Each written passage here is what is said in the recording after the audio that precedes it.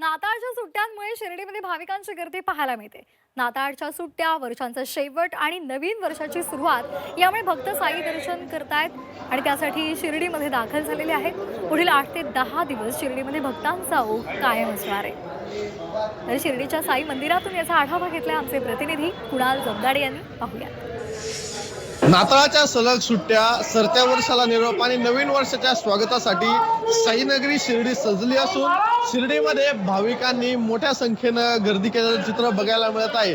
25 डिसेंबर ते 1 जानेवारी पर्यंत साईबाबा संस्थानकडून शिर्डीमध्ये शिर्डी महोत्सवाचं आयोजन करण्यात आलेलं आहे. त्यामध्ये नाताळाच्या सुट्ट्या आणि सरत्या वर्षाला निरोप देऊन नवीन वर्षाच्या स्वागतासाठी हजारोंच्या संख्येने साई भक्त जे आहेत ते साईनगरीमध्ये दाखल झाल्याचं चित्र बघायला मिळत आहे.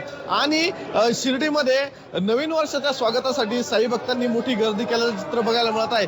या अनुषंगाने 31 डिसेंबरच्या मुख्य दिवशी साईबाबांचं मंदिर जे आहे ते भाविकांना दर्शनासाठी रात्रभर खुलं असणार असल्याची माहिती जी आहे ती साई संस्थानने प्रसिद्धी पत्रकाद्वारे दिली आहे. मात्र तत्पूर्वी आपण या दृश्यामध्ये बघू शकतो मोठ्या संख्येने साई भक्तांची जी आहे ते शिर्डीमध्ये ओघ दिसून येतो आहे आणि सलग हे 8 दिवस शिर्डीमध्ये ही गर्दी अशीच राहणार असल्याची जी माहिती जी आहे ती साई संस्थानकडनं देण्यात आलेली आहे.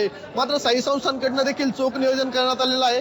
31 डिसेंबरच्या पार्श्वभूमीवर जो आहे तो शिर्डीमध्ये पोलीस फौजफाटा देखील वाढवण्यात आलेला आहे आणि त्याच पद्धतीने जे बाकीचे जे यंत्रणा आहे त्या देखील अलर्ट मोडवर आहे. पोलीस देखील ऍक्शन मोडवर आहे. कुठलाही अनुचित प्रकार घडू नये याची काळजी घेतली जाते आहे. मात्र 31 डिसेंबरला साई मंदिर हे रात्रभर खुलं असणार आहे. कुणाल जमदाडे, जी24 तास, शिर्डी, अहिल्यानगर.